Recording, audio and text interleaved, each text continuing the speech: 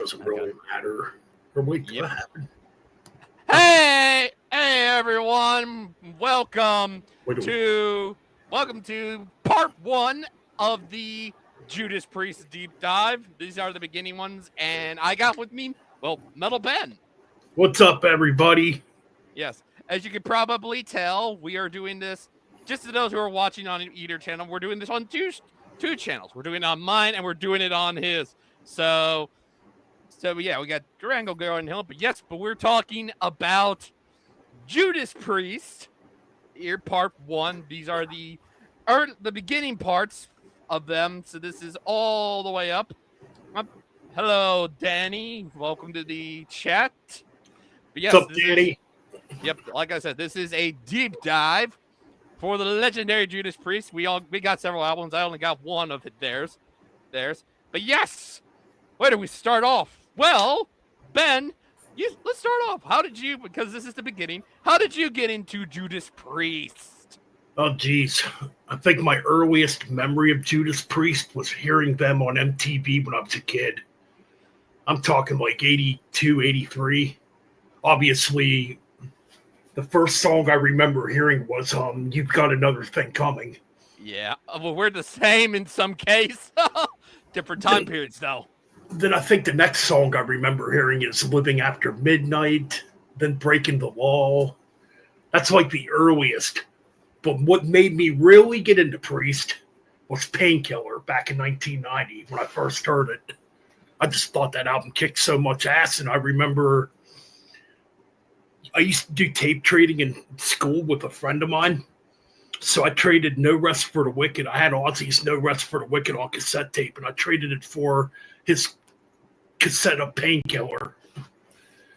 And yeah, that's pretty much how it began with me. Yeah. I mean, obviously with me, it's kind of in the same boat, same song pretty much, but it was in a different time period, obviously. You said that was 82, 83 when you heard that. Try 20 years later for me, because I was a teenager. I think I was with my stepdad. I think we were going somewhere. It was like, I think, a gun show. This was when I had just moved to Texas. Um, and on there, I didn't know at the time, but he was playing the same song, You Got Another Thing Coming. And, I was kind of intrigued by that. I'm like, oh, this is pretty good. Ooh, nice. I didn't really pay too much attention about who it was at the time. Welcome, Zach AZ. Yeah, this was, like I said, this was when burning CDs and stuff like that. I think it was one of those, and he had played that when we were in the car, and I think it was in a CD and stuff like that. So it was a burned CD. Heard that, and I was like, "Oh, this is really good." And it wasn't. I didn't think much about it at the time. It wasn't, and it would be like kind of years later when I was like about to be a senior in high school. So I was still kind of a junior in high school. I was in summer school and I got Nostradamus from them, the double album. And and then I dawned on me they're the same. That band is pretty much the same band. Well, kind of a different lineup, but it was like, and then eventually, I haven't really been the biggest Priest fan when it comes to per se and stuff like that, but I've always mainly be a casual fan of them. But yeah, that's how I got into Judas Priest. Now, oh boy, there is a lot of history, I should say. So strap yourselves in because we got quite a bit of a lengthy, I guess you could say, paragraph. Obviously, I do want to mention, like I said, since I'm just kind of a casual when it comes to Priest, I ain't talking about all their stuff. Ben will, but there will be I would say I could count on one hand the number of albums I'm going to be talking about with Ben in this. So he may be doing most of the talking when it comes to, I guess, majority of these albums. I'm thinking, how many albums is that? That's 10? So that's about half and half, I believe, in this first part. I'm big wrong. There we go. Let me try and think. Okay. Rock and Roll, Sad Wings, Sin After Sin, Stained Class, Hellbent, British Steel. No, 9. 9. I will actually be doing majority of all of that, as we got an interesting person. I have no idea who you are. Hmm. Whatever. It is whatever. But yes, but we gotta strap yourselves in with this one. The beginning parts of this band. Judas Priest formed in 1969 in Birmingham, England, by lead vocalists at the time. At this point, it's Al Atkins and bassist Brian Bruno Stappenhill with John Perry on guitar and John Feza Partridge on drums. Perry unalived himself at the age of 18, and amongst the replacements, the band audition was KK Downing. Obviously, at that time, they turned him down in favor of 17-year-old Ernest Chataway, who had played with Birmingham band Black Sabbath when they were still called Earth. Well, that's kind of interesting. Kind of ties Sabbath and Priest a little bit there. But unfortunately, Odie was an multi-instrumentalist. Stappenhill came up with the name Judas Priest from Bob Dylan's song The Ballad of Frankie Lee and Judas Priest on the album John Wesley Harding. Patchwork was replaced by many drummers on there. Drummers Fred Woolley, who later rejoined Chataway and Stephen in the band Bullion. No member of that early lineup lasted long enough to play on the band's recordings, though several songs co-written by Atkins appeared on their first two albums. The band recorded a two-song demo, Good Time Woman and We'll Stay Together, and eventually gained a 3-album record contract with the label Immediate in late 1969 after a gig in Walsall. But the label went out of business before an album could be recorded, and the band split in 1970. Later in the year, Atkins found a heavy rock band called Frayed, rehearsing without a singer, made up of KK Downing on guitars, his childhood friend Ian Hill, and drummer John Ellis. He joined them, and they took on Atkins' defunct band's name. Their first gig was on March 6, 1971. Ellis quit later that year and was replaced by Alan Moore. Early shows included Jimi Hendrix and Quartermaster covers, and in 1972, the set list included the originals Never Satisfied, Winter, and the show closer Caviar Mess. July 1971 also saw them making a 45-inch RPM demo of My Conception with Holy is the Man on the B-side for the Zella Records label. Moore left and was replaced by Chris Congo Campbell on the band and joined the management agency of Black Sabbath guitarist Tony Iommi. Iommi Management Agency. I didn't know he had an agent. I didn't know he had an agency. That's kind of interesting. Atkins continued to write material for the band, including Whiskey Woman, which became the base for the Judas Priest staple, Victim of Changes. We'll get to that later. That's one of those. But as finances were tight and he had a family support, he played his last gigs with the band in December 1972 and left the band in May 1973. Campbell left soon afterwards, later to surface in the band Machine, and the band enlisted two members of the band Hiroshima, drummer John Hinch and the metal god himself, Rob Halford, the brother of Hill's girlfriend. That's kind of interesting. Halford and Hinch played their first show with the band in May 1973 at the Townhouse in Wellington. The show was recorded and part of it released in 2019 on the compilation Downer Rock Asylum on the Audio Archives label, along with one live song from the Atkins era. Judas Priest made their first tour of continental Europe in the early 1974, and they returned to England that April to sign a recording deal with the label Gull. Gull suggested adding a fifth member to fill in the band's sound. They took on as a second lead guitarist, Glenn Tipton, whose group, the Flying Hat Band, were also managed by Iommi's agency. And this leads us to their debut album. And not many would consider this to be a Priest album, Rocka. Rolla. Yep, right there. Not the original cover. Yeah, obviously, I think the original cover is them where it's like kind of like a the cap from like what looked like a bottle or something, like a Coca-Cola. Yeah, basically looked like Coca-Cola. But yeah, Ben, the floor is yours for at least this album. All right, so Rock and Rolla came out on September 6th of 1974 on Gull Records, produced by Roger Dean, or Roger Bain, right? I think so. Yeah, I yeah, didn't yeah. write.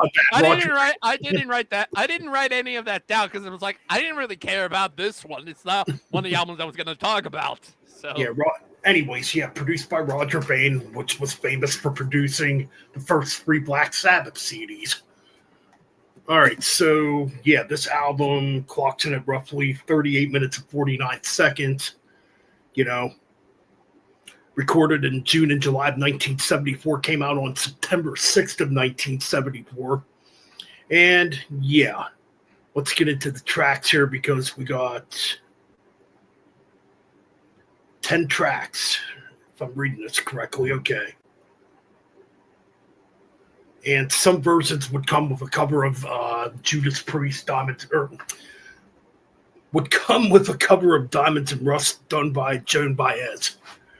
So, all right, so we got anything. Oh, yeah, and another thing I should mention in the credits when it lists the band members, for some reason, they call him Bob Halford instead of Rob Halford. yeah. I mean, it's kind of similar. I mean, it's similar. Bob. Bob is a shortened version of Robert, so they're kind of just a different way of saying kind of the same name, pretty much. Oh yeah, absolutely, pretty much. But all right, so obviously you got Rob Halford on vocals, and he plays harmonica on this too.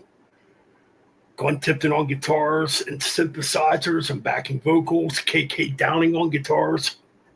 Yep. And Hill on bass. And John Hinch on drums. Yep. And it says Alan Moore plays drums on track 11, which would be the Diamonds and Rust cover. Yeah, this would have been when he would later. We will mention him here shortly again. Yes, so this version of Diamonds and Rust was recorded in 1975. Again, it would be re-recorded, which we'll talk about here in a couple more albums down the road. All right, One for the Road begins things right away. You can tell that this is not your typical Judas Priest. I remember they were, if I'm correct with this, they're playing Led Zeppelin kind of type music. Yeah, it's got a Led Zeppelin vibe. It's got a very bluesy vibe to it, too. I mean, this is where Rob Halford's playing harmonica in it. I mean, it's definitely different. Not a bad track, but, it is what it is. It's not bad. It's not great. So then you got Rock and Rolla, track 2, the title track. So this one's written by Halford, Downing, and Glenn Tipton. Now this one, it's a bit better of a track. It's not. It definitely has a bluesy sound. It definitely has a bluesy sound to it too. It's not quite as heavy. It's got some pretty interesting guitar playing on this one. I mean, the opening riff's kind of cool. That kind of neat. So then we go into Winter, which is broken up into 4 parts. So technically, this is one big track on the version I have, but it's separated on here. So Winter, basically a very Black Sabbath sounding piece. Then it goes into Deep Freeze, which is pretty much psychedelic sounding. Winter Retreat, also very psychedelic sounding. And then you got Cheater, which is pretty much the main track in this long, weird epic, whatever you want to call it. So Cheater, man, this one's definitely very bluesy sounding. Again, you got Rob Halford playing the harmonica on this. I think he has a very different vocal delivery on this one, too. He sings a lot more bluesy on this. I mean, Cheater has a memorable riff. It's a simple riff. It's just a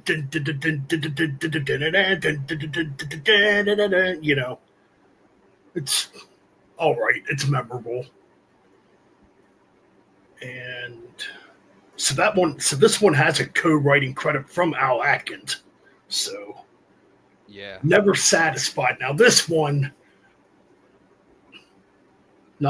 co-written by Atkins, also Atkins and KK Downing. So this track, you can kind of hear a little bit of where Judas Priest would go in the future.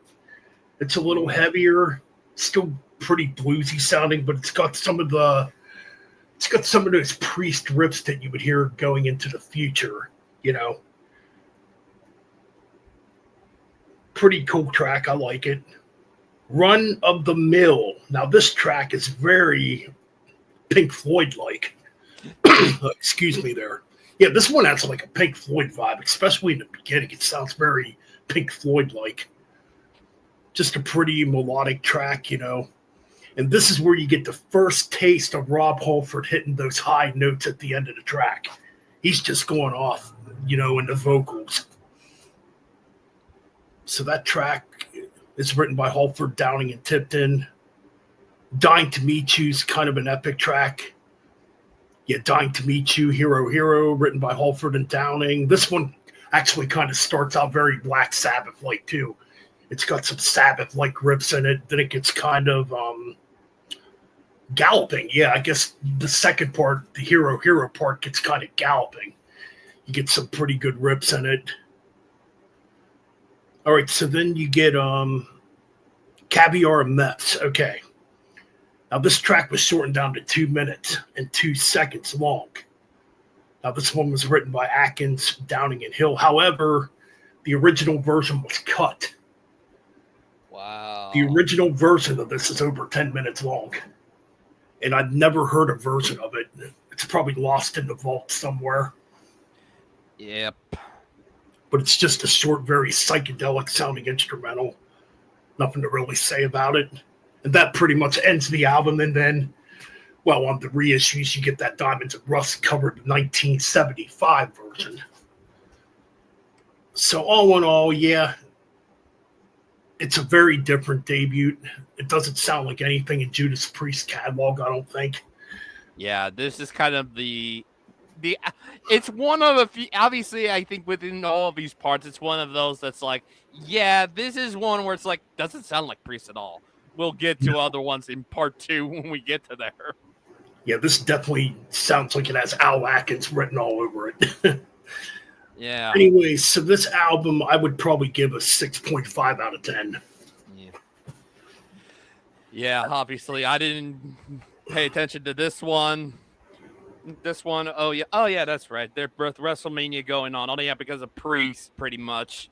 But yeah, this was one of those albums I knew I wasn't going to be talking about. Well, now we get to at least some stuff in between now, because like I said, I didn't want to talk about this one with you.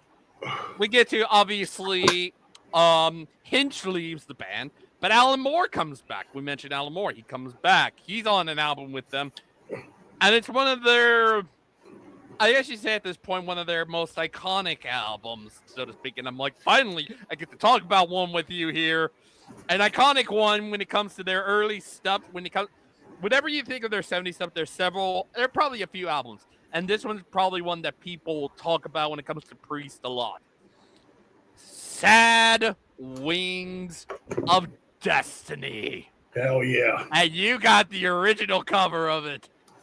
Granted, it's pretty dark in there. Yeah, it's kind of dark. I apologize.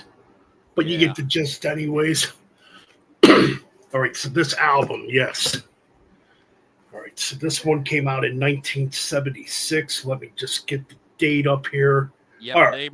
They also recorded this in over 2 weeks in November and December 1975 at Rockfield Studios in Wales, during which the band stayed sober during the 12-hour recording sessions of this album. Yep. So then it came out on March 28th, 1976 on Gall Records. Yep. This one is produced by Jeffrey Calvert, Max West, and Judas Priest. And what a freaking improvement. Wow. Yep. This is where they start pretty much sounding like Judas Priest pretty much. And apparently, yeah, I mean, I believe most of these tracks are leftovers from Rolla. Songs that were like not, or Yeah, songs that were left off of rock and roll. Yeah, but yeah, obviously the aforementioned one of their more iconic songs, "Victim of Changes," was under a different name, if I'm correct. Yes. Whiskey Woman. Whiskey Yes. Woman was the other Yep. one.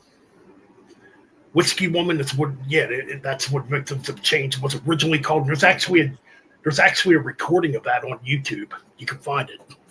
Yeah. Anyways, Victim of Change. Holy crap, what an iconic track. Co-written by Al Atkins, Glenn Tipton, Rob Halford, and K.K. Downing. Oh man, what more could be said? This song's just pure greatness. You get the twin guitar harmony leads to the kick off the track. Then you get this memorable heavy riff, you know. Yeah. Oh my god, and Rob Halford's vocals on this, you talk about an improvement over Rolla.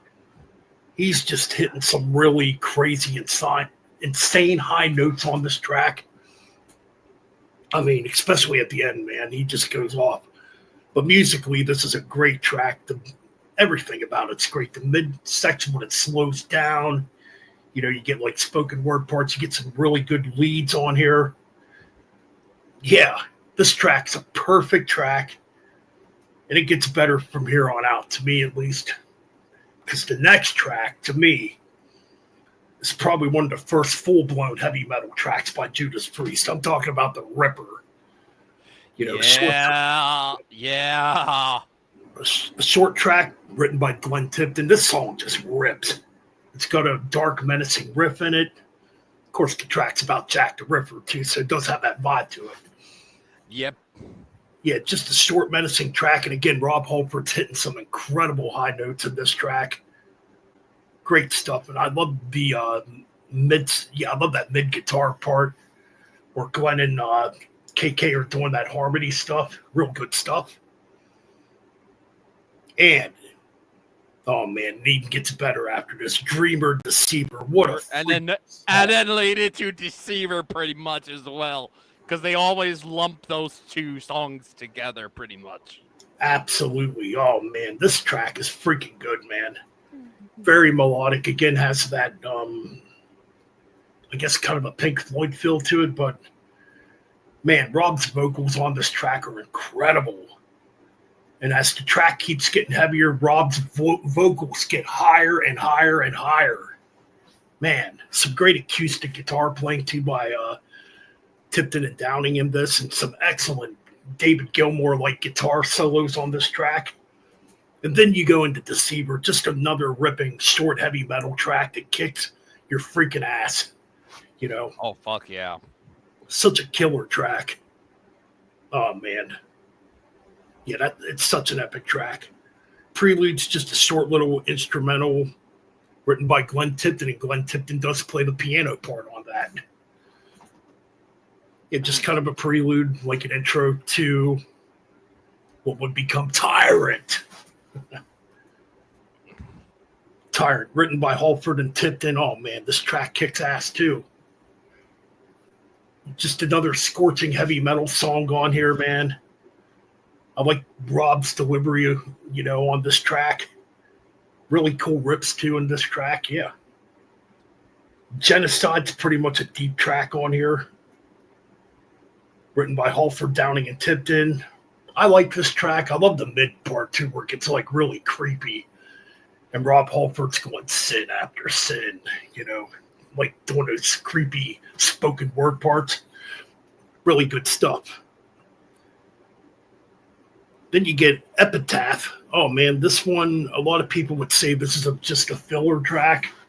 Yeah, it's one of those I have highlighted when I get to talk about it. It was one of those that felt like it was a product of the time, pretty much. I mean, yeah, I guess you could say this kind of filler, but it does to me, it fits the album, just the atmosphere of the album. This one definitely has a huge Queen influence. Rob Halford's doing his best Freddie Mercury on this track. And then again, you got the piano being played by Glenn Tipton. And then we ended with Island of Domination. You talk about a scorching ending to such a great album. Just pure heavy metal greatness, in my opinion, And, well, I guess the subject matter, you can kind of guess what it's about. Back then, nobody probably understood, but it obviously has to deal with, Rob Halford's sexuality in this track. Don't really want to get too deep into that, but that's pretty much. I think at this time it's like everybody knows at this point, pretty much. Well, everybody knows now, but back then, nobody. Yeah, knew. it was kind of it was. But Island of Domination, great ender to this kick-ass album. I don't know. To me, Sad Wings of Destiny is a perfect 10 out of 10 album. Yeah. I'm one of those because I was like, because I'm like, finally I get to talk about an album with you. I can kind of almost, I can't say the rating. Yeah, there is definitely some stuff on this album that is, from what I've written on here, because most of the albums I'm talking about on here, I would probably say are just kind of summary. There are some I might get into. We'll get to one here shortly that I'll definitely go into. But definitely sounds like it would. Some of the stuff would fit on future albums from them, and then it was like, because this was released in the 70s, it is kind of sounds like a product of the time of the 70s. So it's like, so in today's case, at least for me, it has not aged that well. But it's aged better than, I guess, some albums from them, I guess you can say. But just coming off of it being in the 70s, it's one of those. It's like it's a product of the time, and it's like it has it has aged a little bit. It's just like not too much, but it is aged for me a little bit. So I have to give this one a 9.5 out of 10. I enjoyed it for the most. I really enjoyed it. Great listening to this for the most part, but at the least for the moment, this kind of is one of those where it's like they are starting to sound like themselves pretty much. So then we get to, obviously, I'll keep this as short as I can. They were growing dissatisfied with Gall. The tight finances led Moore to leave the band a second time. Don't know when. This time permanently. That album, though, caught the attention of CBS Records. And they ended up, the band signed with CBS and received a $60,000 budget for their next album. They had to get a new drummer, a session drummer, by the name of Simon Phillips. And this leads to another album. I'm not going to be able to talk with you about this one, so this is all you, Ben. Sin After Sin. Yeah. All right, so this one, the first album on a major label. Yep. Because, the situation with Gall is they were almost broke. I mean, they were completely broke. They were near being homeless at that point because Gall was doing no promotion, and I believe Gall ended up going bankrupt shortly afterwards, if I remember correctly. Yep. And luckily, CBS picked them up, yes. So this album was recorded in January of 1977, produced by Roger Glover of Deep Purple fame, obviously. Nice, yep. And, at first, Roger Glover basically had the impression that these guys did not want a producer. Because I guess at first they were struggling to write material in the studio. And, obviously we got material. But anyways, Roger Glover produced this. Came out on April 8th, 1977. Was recorded in January of 1977. Studio Ramport, London is where it was recorded. Okay, so this album, you got 8 tracks. And man, I really love this album too. I mean, this is another top Judas Priest album to me. In fact, this was the second Judas Priest album I ever owned after getting Painkiller. Yes, so we're going to get right into it. To me, it just seems like from here on out, the band just gets more like, you get that heavy metal vibe more. as each album progresses, you know. Yeah. Freaking Sinner, man. You talk about a kick-ass track. It's fairly fast, you know. Halford's going crazy again on the vocals. But Jesus Christ, that midsection where Glenn Tipton's doing those dive bomb solos, insane shit, man. Just killer. And apparently in the studio, he had the amps turned all the way up when he was recording that solo. And he even went into like stage like motions when he was recording it. Anyways, killer track. What more could be said? Then you get the Joan Baez cover of Diamonds and Rust, a re-recording, obviously from the 75 re-recording.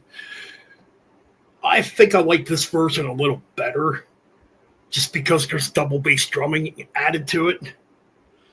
Yeah, I think this is a really cool cover, and they added some like twin guitar stuff in here too.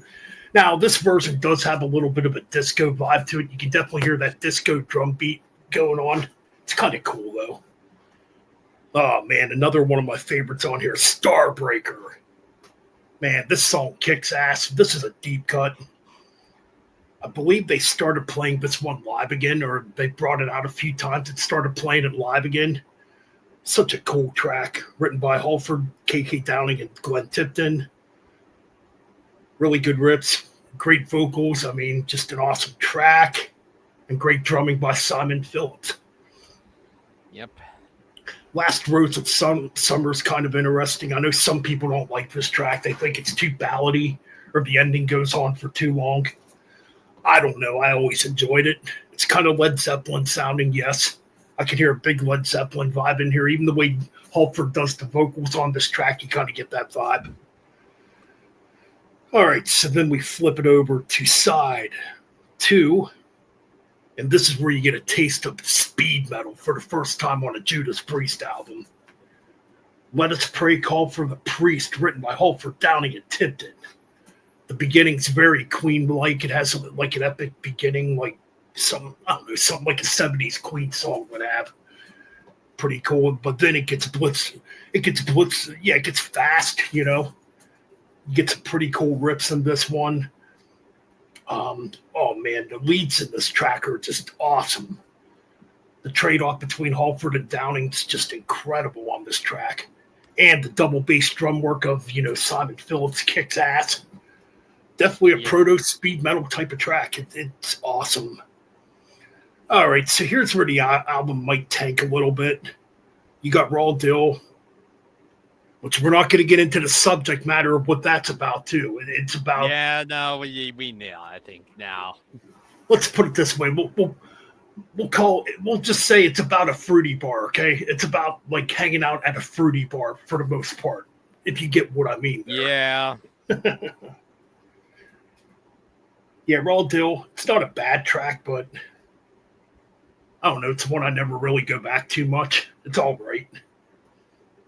Here Comes the Tears. You know, this one, a lot of people would say is kind of filler too, which is also written by Halford and Tipton. Now, it's pretty dark. I kind of like it. It's pretty atmospheric. There's some piano work in there. I'm assuming it's Glenn Tipton playing the pianos too. And the album ends with a freaking bang. Probably one of the heaviest songs from the 70s. Yeah. Dissident Aggressor. Yeah, I read in here, it says on here, the album features significant developments in heavy metal technique. In particular, its use of double kick drumming on tracks such as that one. Absolutely. Yeah, this track's freaking heavy for 1977. You know, definitely a proto thrash metal song in my opinion, and it would also be covered by Slayer. Yeah, that's right. Oh no, this album's still killer, despite maybe, you know, a couple tracks on the second side in the middle that are maybe a little bit of a step down. I'd still give this album like a 9 out of 10 though. I think it's great. Yep. But yeah, obviously, I didn't write notes for that one, but then, yep, obviously going into this one I wish I could have, but it's like I needed to choose 5 albums, so I was like, this wasn't one of those. So yeah, like you said, this was appeared in April 1970. It was their first, and the first of 11 consecutive albums to be certified gold or platinum by the Recording Industry Association of America, the RIAA. After this, Phillips declined to become a permanent member of Judas Priest, and on Glover's recommendation, their first drummer who would be on multiple Priest albums, R.I.P. to the late great Les Binks, Yes. who we just found out recently passed away, and his contributions to this band brought at least in some case probably one of my favorite classic Judas Priest albums. The first one with him, Stained Class. Hell yeah. Man, Ben, take it away. where the hell do we begin? This is a big time step up from Sin After Sin, in my opinion. So this album, okay. So yeah, Les Binks came into the band in '77, right after Sin came out. And okay, this album came out February 10th, 1978. Was recorded in October and November of '77. So this one was recorded in Chipping North. What the fuck does that say? Chipping Norton. Cannot fucking read this shit. Oh, Oxford Sour and Utopia, London. I know that sounds kind of fucked up, but that's where it was recorded. Oh, man. Yeah, this freaking album, produced by Dennis McKay and Judas Priest. Yeah, man, okay. Now, this album, oh, man, what more could be said? I want to say about Les Binks, he kind of bridges the gap of when it comes to his drumming. He bridges the gap between Dave Holland, who we'll talk about later, and Scott Travis, because he has obviously some of the simple beats, but he does have some great technicality in there. Yeah, I mean, Simon Phillips and Les Binks drumming is a bit similar, but I don't know. I think Les Binks might be a tad better. I don't know. That's debatable. He's probably my second favorite drummer now, only behind Scott Travis, obviously. But man, Exciter, holy freaking cow! Yeah. Man, right Oh away. my God, yes, Exciter. Just the vocals from Robert, just like, oh God, I can't remember the lyrics, but it's like when he's just singing, he's at the top of his lungs when he's singing Exciter. It's like, God, yeah, we're so here for Priest now. But this is Priest right here. But yeah, Exciter, that fucking drum intro, holy shit, is that freaking killer stuff. You got Les in there banging on the cymbals, doing these crazy fills, the double bass shit. Basically telling you, you know what? We're here to kick your freaking ass. So yeah, this is pure proto speed metal, proto thrash metal, you can call it whatever. Just a killer track, some excellent drumming on this. Oh my God, the midsection too with Tipton and Downing trading off leads and doing those harmonies, freaking epic shit. And yeah, Halford's vocals, top notch shit. Hell yeah. All right, so then we go into White Heat, Red Hot, which some versions actually have Savage's track too, but I'm just going to go by this one. I actually had a version of this that did have Savage's track too, but I don't have that version anymore. Okay, so White Heat, Red Hot, written by Tipton. Pretty cool track, a deep cut. Some pretty crunchy rips in this track too, you know. Just a good heavy metal track. Don't have like a ton to say about it. Well, okay, the ending. The drums Les Binks is doing near the end of this track are just killer. It's like a shuffle double bass type of thing. Just killer stuff. Okay, so then we got Better By You, Better Than Me, the track that got them in some trouble in the early in the 80s. Yeah, yeah. And the track wasn't even written by them. So that track's originally done by Spooky Tooth. And they still got in trouble for it. Well, yeah. I don't want to talk about the controversy. It's been talked about to death. How apparently, Yeah, pretty much. But yeah, overall, I think it's a good cover. I like yeah, it. I think it's an awesome cover. So yeah, I really enjoy it. Stained Class, the title track, written by Tipton and Halford. This song freaking kicks ass. Very galloping heavy metal guitar riffs. Excellent solos in this track, and Halford screaming up a storm in this track. Notably, too, this is definitely one of the albums, too, where Halford hits the most high note, because he does a lot of that on this album. We'll get another one. We'll get another one where he does that, too. Oh, yeah, Invaders is next. Now, a lot of people would call this just a filler track. Fuck no, it's not filler. Fuck no. The whole album in and of itself is fucking awesome. I mean, it wouldn't be above Screaming for Vengeance for me. Like, yes, Invader is cool. I love the freaking intro of it too, man. And one of the few tracks that has a writing credit from Ann Hill on it. Yeah. Yep, written by Halford, Tipton, and Ann Hill. Cool track. Oh, then the next track, man, another highlight on this record. They just recently brought this one out and played it again.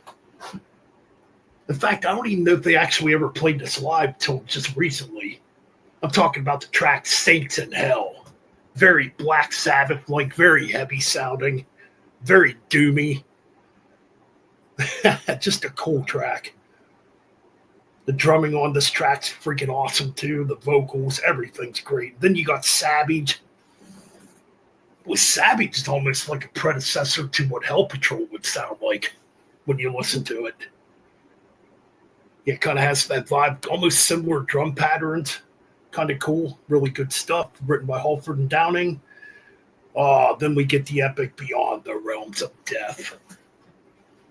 Slow it down a bit. Kind of a predecessor in a way to what tracks like Fade to Black would sound like. But yeah, this one was written by Halford and Les Binks. Les Binks actually wrote that melodic guitar part in the beginning. And it's the only thing he ever played on guitar. What a killer track. Just an epic track. They still play it live to this day. Just awesome. And we end things with Heroes and written by Tipton. This is such a killer deep cut. This is one right here they need to play live. I don't think it's ever been played live. Oh, wait, what song? The track Heroes End, the last track. Oh, yeah, but you mentioned freaking Beyond the Realms of Death. Oh, yeah. Such an epic track. Yeah. One, I think his own Les Binks wrote that. I think it's his only writing credit, if I'm correct. And he's the one that actually wrote that acoustic guitar line, too. Nice. Man, Heroes End is such a cool track. There's some heavy stuff in this track, too. You can definitely hear some of the kind of drum patterns that maybe a drummer like Dave Lombardo would eventually play on this track. It's good stuff. This album's a freaking 10 out of 10. That's 100 out of 10. That's how damn good it is. Oh my God, I can't. I think for me, when I'm listening to this, I was thoroughly enjoying this. It kind of reminded me of how much I enjoyed Screaming. We'll get to that one later. But it wasn't until I got to Beyond the Realms of Death that made me start to think, holy fucking shit.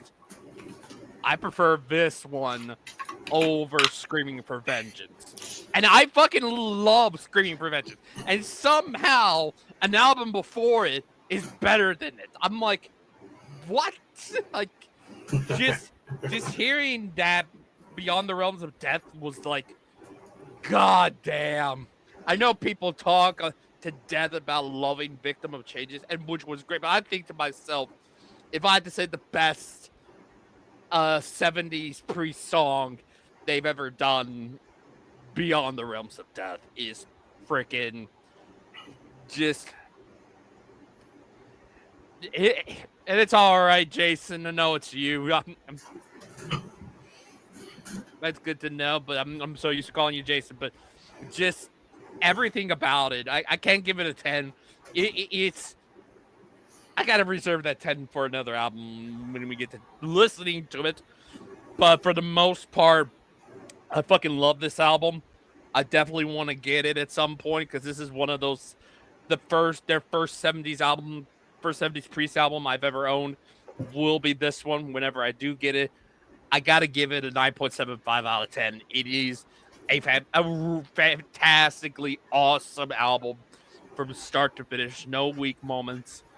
And yeah, I fucking love this album, which I guess we just segues into not much change in between this one.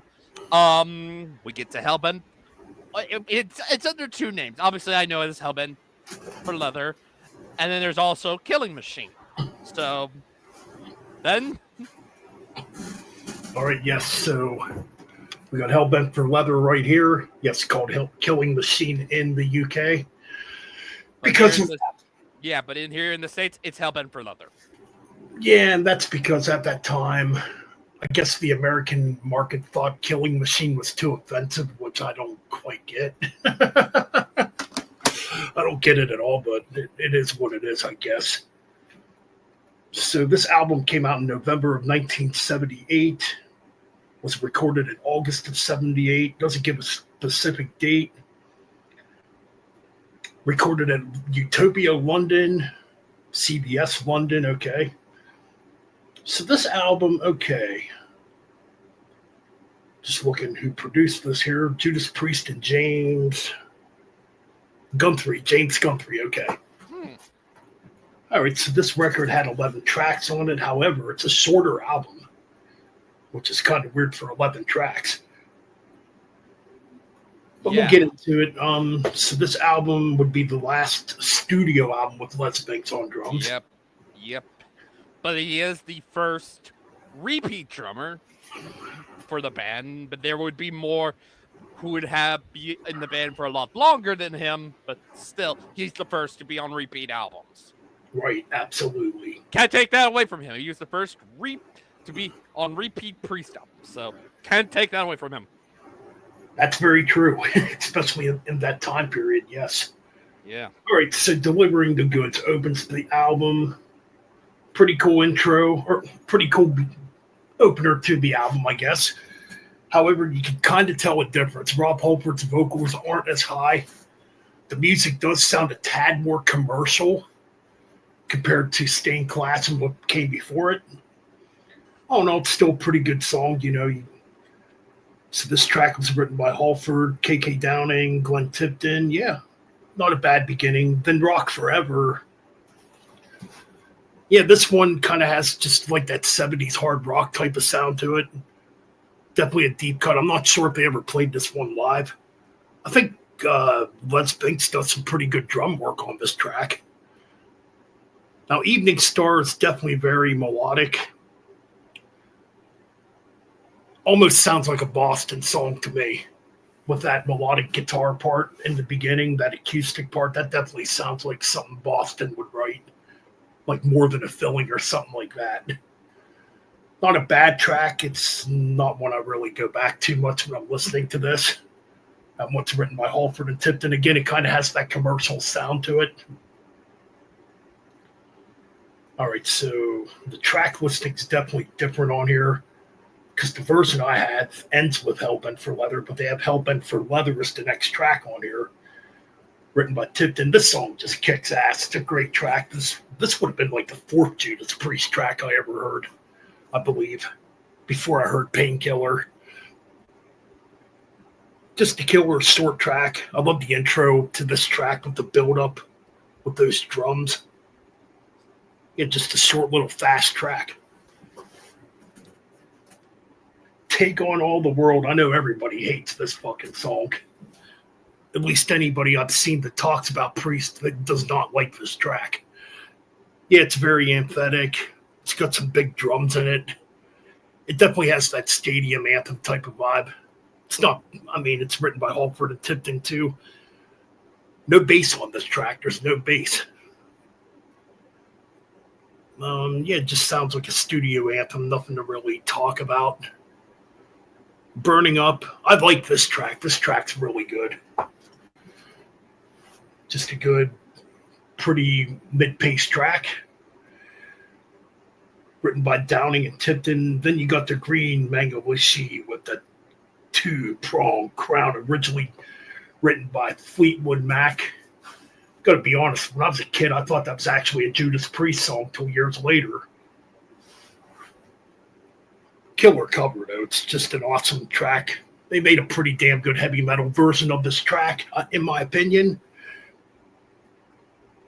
Killing Machine, pretty cool track. It's got some pretty heavy parts in it.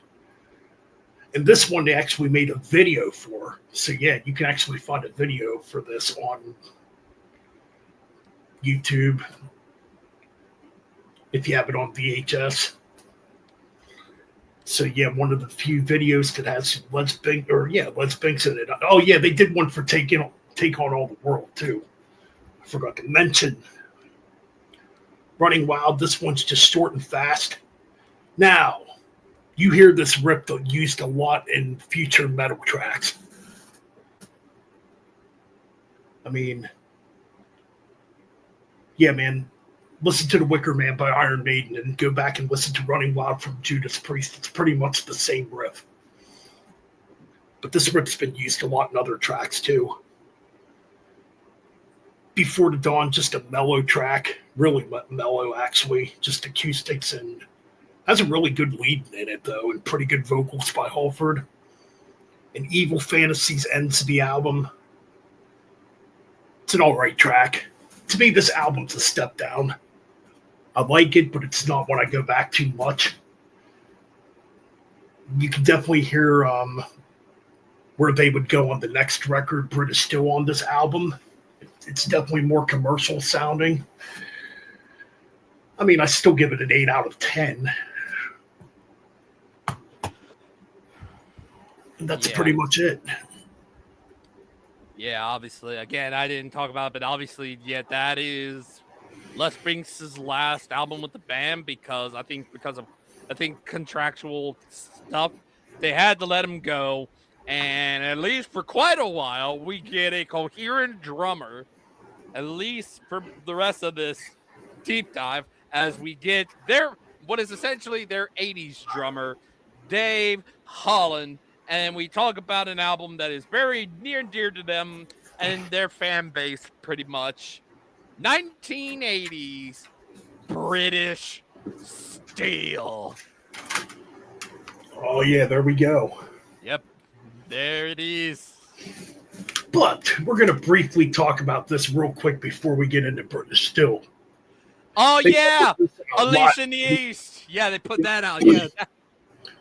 Gotta add this one because this to me is probably the most important live album in heavy metal. Yeah, even though in Deep Dive we never talk about live albums. But we'll briefly talk about that. And the performances on here are just epic, man. And this is when they still had Les Binks on drums, so. Yeah. And unfortunately, Les Binks would lead the band because apparently he wasn't getting paid. I can understand why he would leave then. Oh, excuse me. Yeah, but it's the whole thing of like saying all the what-ifs when it comes to him of what could have been if he stayed through the 80s. I think some albums are pretty similar to the two he did, so there wouldn't be much change in the sound. Obviously, outside of maybe, say, Point of Entry and the albums that would have been Twin Turbos, those would have been two completely different sounding albums. But I do think British Steel, Screaming and Defenders, which we'll be talking about in here, would probably be just the same, as what he did on Stained Glass and Hellbent for Leather. Absolutely, yeah. Well, we'll get into this album. Obviously, this album, one of their biggest albums for a reason. Yep. British Steel. First album produced by Tom Allman, who would produce a bunch of their albums in the 80s. Yep. Obviously, I'm holding one of them. We'll get to that later. All right, so this album came out on April 11th, 1980. 1980 being a massive year when it comes to Yep, the obviously new wave of British heavy metal. yeah, and they got rejuvenated in the 80s because of this album and all those bands coming out at that time. So this was recorded at Tittenhurst Park Studios. Am I reading this right? Hold on a minute. Oh yeah, Titton Park, Ascot. That's where it's recorded at in 1980. A fairly short album too, you know. But let's get into it. Now, a lot of people would say this is their favorite Judas Priest album. Not me though. I mean, I can't remember where I ranked this. I don't even think this one made my top 5. I can't remember now. It might have. Yeah, I mean, obviously it will be in mine because I'm only talking about 5 albums. So this is one of the 5 I'm talking about in here. So it will make my 5. And guarantee will be in my 10. I'm only talking 10 total in these 2 parts. All right, so we got now 2. Okay, there's 2 versions of this. We're going to go by the version here because this was the version I actually first owned that had "Breaking the Law" as the opening track. It wasn't when I was listening to it. It was second or third track, I believe. Yeah, like this version has "Rapid Fire" as the opening track, which I prefer the one that has "Breaking the Law" opening the album. I used to have that version, but I don't know more. I need to get those versions back someday. Yeah, anyways, mine is completely different. Anyways, "Breaking the Law." Come on, who doesn't know this song? Iconic. Everybody knows it. It's played to death on MTV back in the early 80s. And you don't know what it's like! And in the 90s, Beavis and Butthead pretty much made it famous again. So, yep. Short little fast track, you know. Fun to play. I remember back in the day playing "Breaking the Law" with the Toasted Goat if he's in the chat room, and Scott. Yeah, not Scott, Sarah. They're in here. Yes, Scott. Scott, Sarah, right here. But anyways, "Breaking the Law," short little fast track. Rapid Fire. This song kicks ass, man. I think I preferred that being the opener because I do think it was really freaking awesome. As it fits better as an opener to get the blood pumping, you know. It's like, I mean, I guess both could be an opener. I mean, it's debatable. I mean, I'm more used to the "Breaking the Law" version being the opening, but you know, it is what it is. Rapid Fire kicks ass. You talk about a kick-ass fast track, man. Now, I should note too, Dave. I just realized too, this might be one of the only few songs where Dave Holland actually does use double bass. There is double bass on this track. It's not the whole way through, but like in parts. Just a kick-ass fast track. I mean, what more could be said? Definitely a proto thrash metal type of song. Metal Gods. Holy cat. Oh, man. Yeah. That would have been the second. Now that I'm thinking, "Breaking the Law" was the third one after Metal Gods, I believe. See, you talk about a kick-ass track, man. Metal Gods rules. Just a great heavy metal track. Very emphatic. What more could be said? Grinder. Oh, man, this track freaking rules, too. I remember jamming this one back in the day, too. I just love that riff. That's the thing, too. The riffs are so simple on this album, but they're so damn catchy. You know? Yeah, I love Grinder, though. Especially that crunchy part where he's going, "Grinder wants you for meat." That part kicks ass, too. Yeah. Or Grinder looking for meat, something like that, whatever. And then we get United. I know a lot of people hate this track. Yeah, it's one of a couple of duds on here. I'm like, I don't really care about this one. Yeah, I mean, it's whatever. I mean, I don't mind it, but then again, I'm not like huge on it either. Just an emphatic track. "Living After Midnight." Again, another song played to death. Yeah, I am one that's like, I am getting a little bit tired of it now because I'm like, looking at it now when I was listening to it, I'm like, gosh, when is the spring thing ending and stuff like that. I know that's sacrilege considering it's a classic Judas Priest song, but it's like it's one of those that I'm just like, ugh, really, this one. Yeah, Living After Midnight. Yeah, it's a track. It has not aged well for me. Yeah, it's one I don't listen to much either. And I remember playing that one back in the day too. You don't have to be old to be wise. Now this is a deep cut. I believe they're bringing this track back in their live set too. I just read, so that could be interesting. I mean, it's an underrated track. It's pretty decent. I don't think it's quite a standout track though, but it's all right. The Rage. Now this track kicks ass, man. One of the few tracks too that has a bass intro by Ann Hill. Great stuff. I love this track. And again, another track that has a killer riff. And then Stiller freaking rules. She talk about a great ender to this album, a fast song, a little thrashy, well, proto-thrashy. Excellent. I give this album an 8.5 out of 10. Yeah, I'm one of those that's like, yeah, for me, because this is like finally back on an album I can talk about. Yeah, United and Living After Midnight kind of just they don't do anything for me. And yeah, and I used to like Living After Midnight, but I'm like, yeah, that has not aged on me that well. But I think for the most part, every other song is great.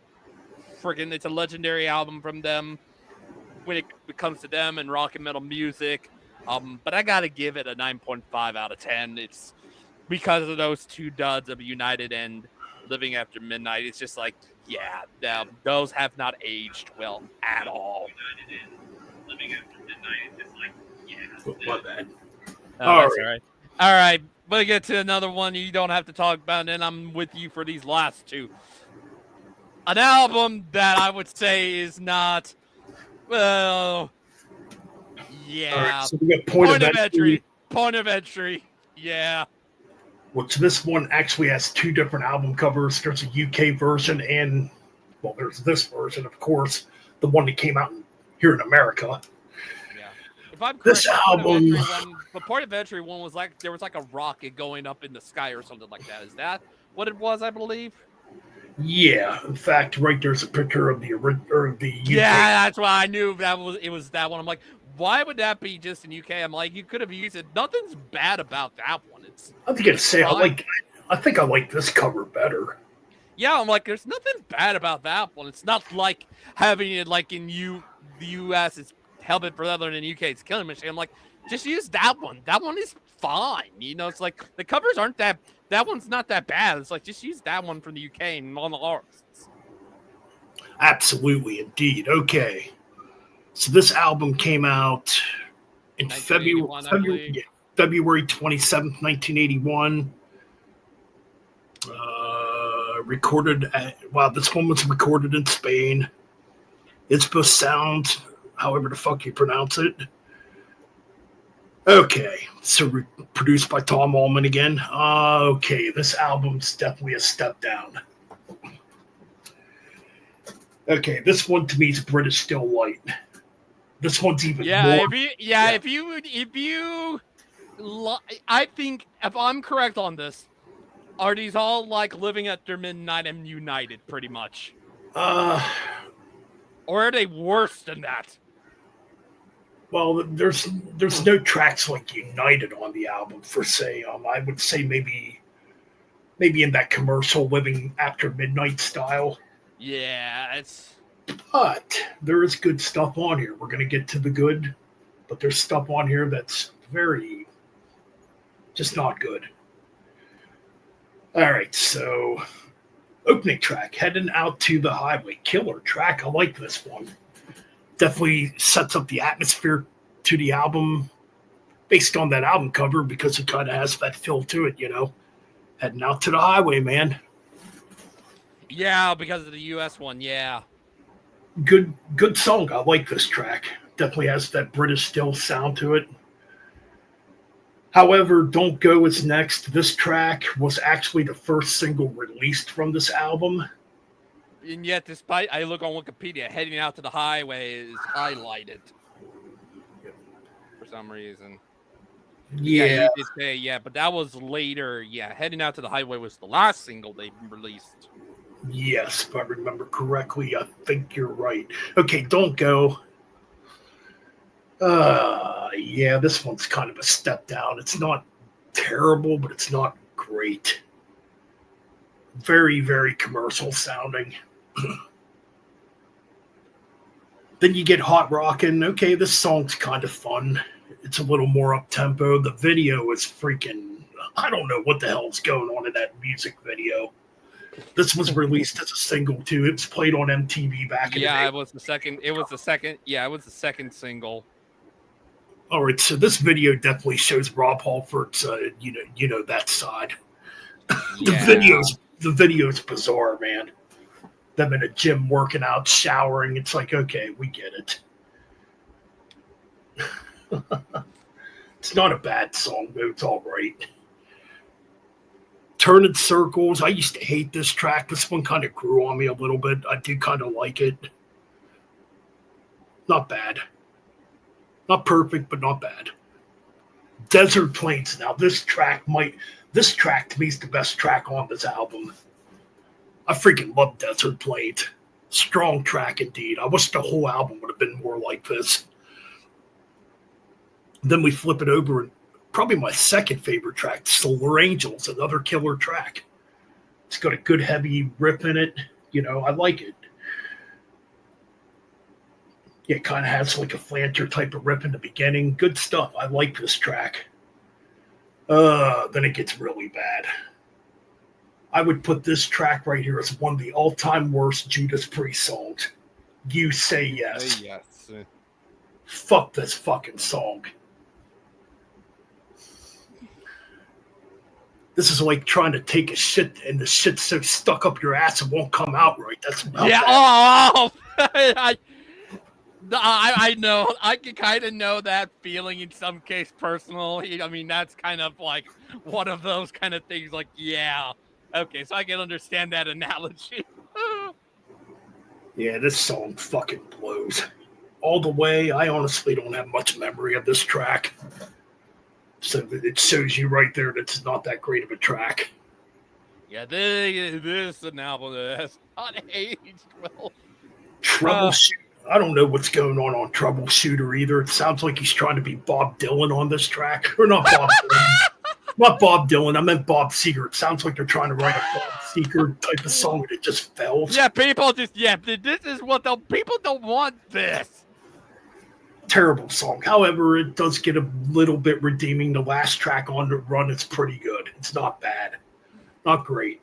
But there's my point of entry review. I still give this album like a 6 out of 10. Yep.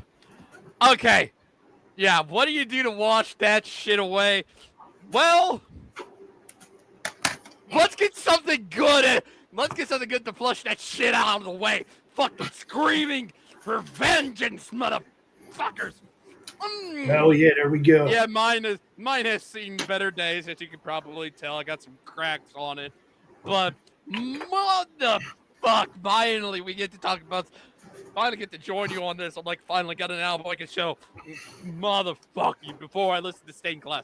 This is my one of my favorite classic Priest albums and the basis for what they would later do. So, Ben, let's get into this. Oh man, you talk about F you, Dimos. This is fucking awesome album. It's so overplayed. No. All right, man. So this album came out on July 1st of 1982. Recorded in the same studio as Point of Entry. But this is way better. Oh man, the Hellion Electric Eye. Cool intro. Just a blazing heavy metal track. Now this is Judas Priest back on the right path. Man, this track kicks ass. great live. They still play it live to this day. Obviously, it wouldn't be right if they didn't have it in their set list. Same here, Jason. Same here. But man, this track is absolutely awesome. Riding on the Wind, I freaking love this track too. Yeah. Even some of the weaker songs are fucking great. This is one of those. This is one I feel is one of the weaker songs on here, but it is still fucking awesome. And this is where you get the return of Rob Halford doing some high vocals again. I mean, he did little bits here and there. Riding on the wind. I can't do freaking Priest, but you get the point. Like, oh my god. Yeah, this song's awesome, man. Good stuff. Bloodstone. Oh, this song. Oh, fucking love Bloodstone. Man, that freaking intro with that guitar. Yes, love it. Yeah, I'm not sure if that's Glenn or KK playing that solo in the beginning. I kind of forget, but man, it's killer. It's kind of tough. It's kind of tough to figure out who does who sometimes. And we got Take These Chains, which for the longest time I actually thought this was a Priest track. It's actually a cover track. Yeah, same here. I didn't even know it was a cover track. I was like, well, this is a cover? What? Yeah, written by Bob Halligan Jr. Not familiar with who that is, but yeah, I think it's a cool track. That's a good. It's a pretty good cover. I loved it. Yeah, I think I like it too. Pain and Pleasure. This one has some drums in it. Oh, the vocals from Rob, like when he's singing to get into the chorus, it's like, you give me pain, but you bring me pleasure. Come on, that's so damn catchy. So yeah, Pain and Pleasure is pretty damn good. I know a lot of people would say that's a filler track on here, but I don't know. I always enjoyed it. I like the big loud drums. Screaming for Vengeance. This is just pure speed metal Priest. Another. The vocals. I said when you get back to doing the high screams, I said when we were talking about Snake Class, this is one of those moments. The vocals. Yeah, that's such a killer track. The freaking guitar playing on that track is killer. The trade-off between Downing and Tipton, killer shit. Tipton and Downing. Fuck yeah. All right, now this track, to me, by today's standards, is definitely outplayed. You've Got Another Thing Coming. I still love it. I ever heard. Same here. I still fucking love this song. I mean, it's one I could definitely go without, but, you know.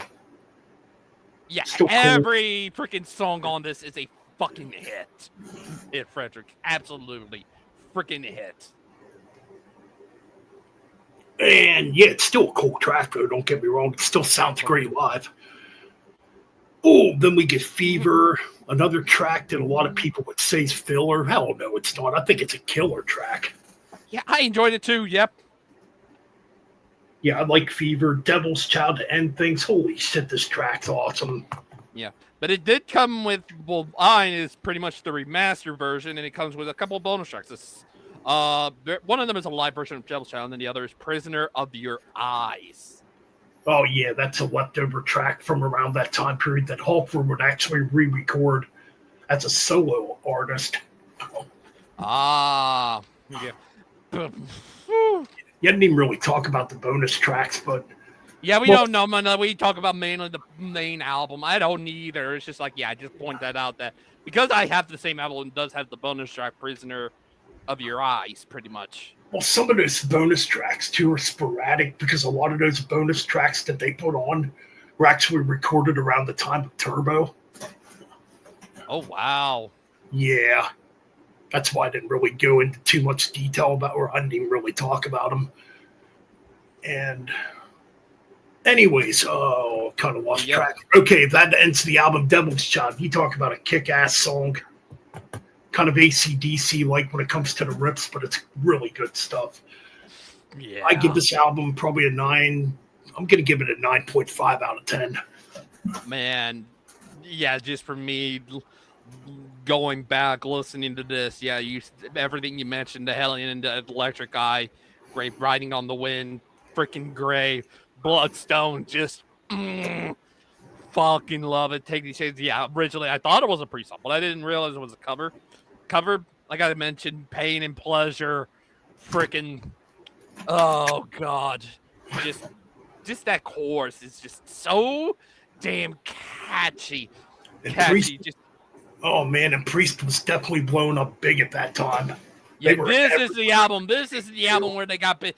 But I feel like is their magnum opus when it comes to this. This right here. If you ever wonder where the standard Judas Priest sound would be, this album right here. This is whenever you think of some of the stuff they would do nowadays. Easily, some of the sounds they would pull from this album. They would pull from this album. They would pull maybe from Stained Class. They would pull from Painkiller. You know, this is basically where the basis of the standard Judas Priest sound would be. And I personally, if I wanted to listen to some of the modern stuff, I just go and bust this out. You know, I prefer listening to something like that sound if it's from the classic type for them than anything from current and stuff like that. Not that it's bad, but it's just like I prefer listening to someone where it originated and stuff like that. But yeah, Absolutely. Pain and Pleasure, freaking catchy the chorus, screaming for vengeance, yes. And then, like you said, you've got another thing coming. Just hearing that one it brings me back when I was a teenager and just fucking loving it. I'm gonna go one above you for this one. I gotta give this one a 9.75 out of 10. Fucking love it. And then we come to pretty much the end of part 2 or part 1. We come to the final one of this one, Defenders of the Faith. Or as I'm probably just gonna call it Screaming Part 2, pretty much. Pretty much. Even this freaking album. Let's get into it. Now, this one came out on gotta pull it up here. This one came out on January 13th, 1984. Recorded in 1983. This one was recorded at the same studio. I'm not going to name it again because I can't pronounce the damn studio name. Yeah. It's Blood Studio, whatever. But, yeah, this album. I think this album's a little more intensified, too. It's a little faster. Yeah, definitely. Pretty much, yeah. Like, man, Free Will Burning. You talk about one of the greatest Judas Priest songs of all time. And one of the greatest openers to an album. Just fast, furious. Halford is screaming up a storm. The freaking guitar work on this track is so damn epic. With the twin leads and the harmonies and all that stuff. Killer stuff, man. Just an epic track. Jawbreaker, same damn thing. Yep, just goes back to back, man. My God. And yeah, we're not going to tell you what Jawbreaker's about, or what Jawbreaker's about, excuse me there. But still, motherfucking kick ass. Unless you people in the chat room want Rob Halford to be your Jawbreaker. No, it's a killer track, though. Another pretty fast-paced track. With some great riffs. Yeah, everything's stepped up on this freaking album when it comes to Tipton and Downing's playing. Rock Hard Ride Free, more mid-paced, but has some excellent guitar work in it. I know some people I've seen call this a filler track. I don't think it's filler at all. Then the final track on here to end the first half, The Sentinel. You talk about an epic riff. Oh, yeah. Again, fast-paced, in your face. Just screaming heavy metal. Oh man, this is one of my favorite Judas Priest songs. One of the first songs I ever learned on guitar. Like when it comes to that intro, it's like I had to learn how to play that when I first started on guitar. Love Bites. Okay, let's talk about Love Bites here. You know, I got to be honest. When I first heard this track when I was younger, I did not like it. Oh, look at it this way. At least in your mind, it's better than the Def Leppard one. I mean, I can't say the same. I prefer the Def Leppard one, but you probably preferred this one over the Def Leppard one. So yeah, 13-year-old me did not like this track. Now I fucking love this track. I think Love Bites rules. That's a pretty cool video too. Oh man! Then we got "Eat Me Alive," the track that pissed off the PMRC back in the day. Yeah, we know what "Eat Me Alive's about. Killer track though. That's a good speed metal track too. Then you got "Some Heads Are Gonna Rule." I'm not sure if this one's a cover too. This one's also written by Bob Holligan. I don't know. I don't know. I'm not sure if that one's a cover or if he just came in and I don't know wrote it. Oh wait, what song? "Some Heads Are Gonna Roll." I feel like it could be, maybe. I have to look. It says it's written by Bob Halligan Jr. also. The same one who wrote "Take These Chains." I don't know. That one I actually don't know if that's a cover or not.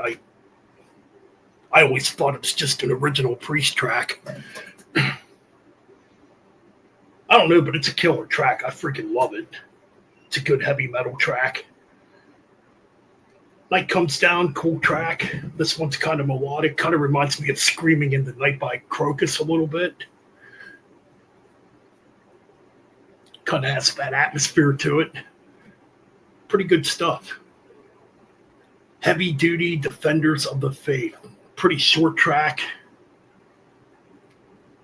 Okay. Here's what I'm thinking with all of those. They are songs that he contributed to the band. So they are originals. So they are originals, just with an outside writer. Yeah, basically what Frederick said. I think Bob wrote them songs for free. So it's an outside writer. Okay, yeah. Yeah, they get an outside writer who did that. He started, "Take These Chains," and "Some Heads Are Gonna Roll." Yep. So "Heavy Duty Defenders of the Faith," I never understood why this is that. I never understood why this is not just one track. Yeah. And I think the one I was listening to, he just combined the two when I was listening to it on YouTube. I mean, honestly, this is probably one of the weaker endings to a Priest album. Yeah.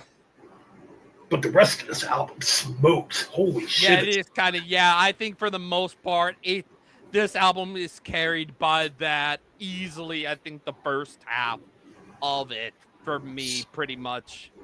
So yeah, I'm still going to give this album a 9.7. I'm going to give this one probably a 9.7 out of 10. 9.7 out of 10 is my ranking for that album. Yeah, I'm probably one of those. It's like, it's kind of, I do think it's a little bit, because this is the one I also listen to. I think it's a little bit, I think it's pretty much, it's, hey, originally I think it was a little bit better, but I have like the beginning, because I was listening to that beginning is so fucking great. But then, it does die down quite a bit near the end, especially with those nothing bad against Heavy Duty and the title track, but it's just, it's one of those. It's like I definitely think Screaming is the better album than Defenders, at least for me, now that I look back on it now. But I do still give it an equal rating, a 9.75. I do still think it's great just off of the beginning alone. The beginning alone deserves it to be a 9.75. Yes, the ending did kind of go out on a whimper, but for the most part, this album is still fucking great, and it's still a worthy sequel. I always thought to myself, that these two could have worked as a double album in some case, because they're both technically similar, kind of like how they were going to do with the Twin Turbos thing, but they had to split that up. I always thought these two could always be a double album in some case. Like, they could have worked as a double album in some way. I mean, yeah, they could have easily. I mean, they definitely probably could have been, but yeah, but they ended up being a double album. They're separate albums, but they're kind of, it's like, continued the sound and develop it and stuff like that. But yeah, I guess we now can get into basically the ranking of this. And if I'm correct on this, there's 9. So you have 4 more albums more than me. So you go ahead and go with whatever your 9 through 6 are, and then I'll meet you at 5. All right, let's see here. Okay, just trying to rethink my rankings here. All right, so this batch point of entry is going to be number 9. Yep. Let's see here. Oh, okay. Number 8 is going to be Rocka Rolla. Yeah. Number 7 is going to be. Get that one out of there. Wow. Number 7 is going to be Killing Machine, Hellbent for Leather. Mm-hmm. Just trying to remember how I had my rankings here. Okay. So number 6 is going to be probably British Steel. Oh, that goes in. That kind of goes into my number. So now I can catch. Well, I can kind of catch up with you on this one. Number 5. My number 5 is Sad Wings. All right. So number 5 for me is going to be. Oh, okay. I think I got it here. All right. Sin After Sin. Ooh, okay. My number 4 is British Steel. All right. My number 4 is going to be. Ooh. All right. My number 4 is Sad. Wow. That's kind of shocking. This. Wait a minute. That ain't right. No, I gave this one a 10 out of 10. Okay, never mind. I apologize for that. Yeah, that's. You gave it a 10. Yeah, you gave it. You definitely gave it a 10. Yeah. Oh my. I guess you had that at 10. Wow. Okay, this one dropped a little bit then. I guess Defenders of the Faith would be number 4. That would be. That's my number 3. Defenders. All right, number 3 is going to be. All right, Screaming for Vengeance. That's my number 2. Screaming Revengeance is my number 2. Oh God, number 2 and 1 are like literally a tie, but I'm gonna Yeah, it's gonna be a swap here. Number 2 is gonna be Sad Wings of Destiny. Wow. My number 1. Oh wait! Don't tell me we're the same number 1. Don't tell me. Well, I guess we are because what's stained class. Yeah, it is. Holy shit, stained class number 1. Holy. Oh my God, that's wow. All right. I think that's we'll just obviously we don't have to do it obviously this at least until obviously part 2 isn't going to be until Saturday at the end of the week. So it'll be a while, so I guess we could do maybe a little hangout stream for a little bit. I mean, if you want to do that. I'm gonna at least say hi to the chat before we get out of here. Yes, yeah, at least. See who all's here. Yeah, we got John here. Thank you for coming in. We got eFog3. Thank you. Zachary, AZ47. Scott Sarah. Danny over here, who's also. Hopefully, if we get who else we got in here, we have Frederick is in here. Oh, god dang, I'm trying to get into this. Dimos, thank you. The Toasted Goat.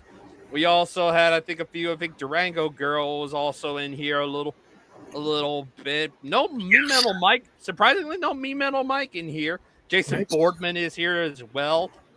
Well, thank you for appearing in here.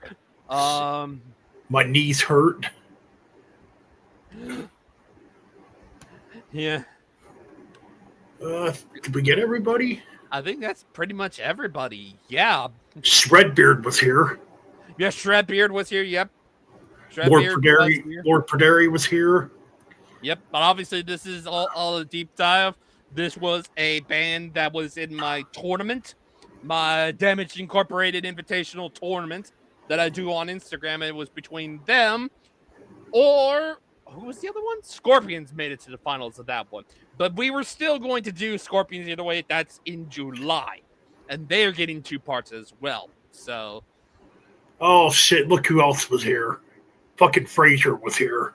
Oh yeah, Frazier. Yeah, King Frazier was in here. He was doing a great, doing all the shitting up a storm in the chat. I didn't highlight any of them though. But yes, hopefully we'll see you in part 2 next Saturday. Oh, DOA, hello there. DOA, what's up? Glad you. I'm assuming you showed up and maybe you were watching all of this. But yes, this is part 1 of the Judas Priest deep dive. I do want to mention the original one was years ago, and it was originally him and Me Metal Mike. Me Metal Mike was originally supposed to be here to, kind of retain the original lineup of what the original ones were, but unfortunately he couldn't be here. So I am here for this one, and then obviously we're doing part 2 next Saturday. So, yes. and part 2 is, oh god, we get to some of the worst albums. If you thought, part 2, there's gonna be a lot. If you thought, with the bottom ones being Rocka, Rolla, and Point of Entry, if you thought those were bad, you haven't seen bad yet until you see part 2. Oh boy. Oh boy, we're going to start out bad on part 2 also. Yeah, we're going to be starting out bad because part 2 starts off with Turbo, and then it goes all the way to their recent album that came out last year, Invincible Shield. And we're going to go over several albums, some controversial ones, some long ones, one particular long one in there, and I'm excited to be fully listening to that again because it's been so long since I've listened to that one. But obviously it also has the masterpiece, that is Painkiller, so that's in there. Hell yeah. Yep. But I think, we could do a hangout stream if you want to do that, but I got to take care of some things. If you want to set up a hangout stream, which will be on YouTube, because we can't do that on Twitch, because Twitch is where he does the radio shows over there now. Yeah, maybe later. I don't know yet. Yeah, it all depends. It's either going to be me or him. But hey, right there, I think right now it's... Right there's Me Metal Mike. Hey, there's Mike. You just came on and we just finished. We're about to end this anyway. Oh, if you want to do the hangout stream tonight, okay, that's cool. I got to take care of some things first. Got to do some dishes first. Yep, I know you probably listened to all of their stuff many, many times. I haven't. So these are going to be some firsts. This will be a first time listening to Painkiller all the way through. This will be the first time listening to... Because the 5 I'm going to be doing are Painkiller, the Tim Ripper Owens albums, Nostradamus, and the new one. Those are the ones I'm doing in part 2. So once again, it's 5 for me again. And then part 2 also will have the combined worst to best for them. So yeah. All right. I'm going to end this. We will see you for part 2 Saturday. Hell yeah. Thanks to everybody that joined in. Make sure to click on that damn like video and hope to see y'all for part 2. Yep. And I'll also go and subscribe over to my channel because this is being streamed on 2 places. It's being streamed on his. So I'm assuming some of you are commenting from his channel. I wouldn't be surprised if not many of you were over on my channel. But you can go and subscribe also to my channel because that's where this will be at. Anytime we're doing a collaborative, it's always going to be on both of our channels. So his, which is Metal Bands Chronicles, and mine, which is Damage Incorporated Network. So y'all can go and, disperse. Go if you want to go subscribe to that and stuff like that. But yes, we will see you for part 2 Saturday. All right. Peace, everyone, and keep things metal. Bang those heads. All right. Yeah.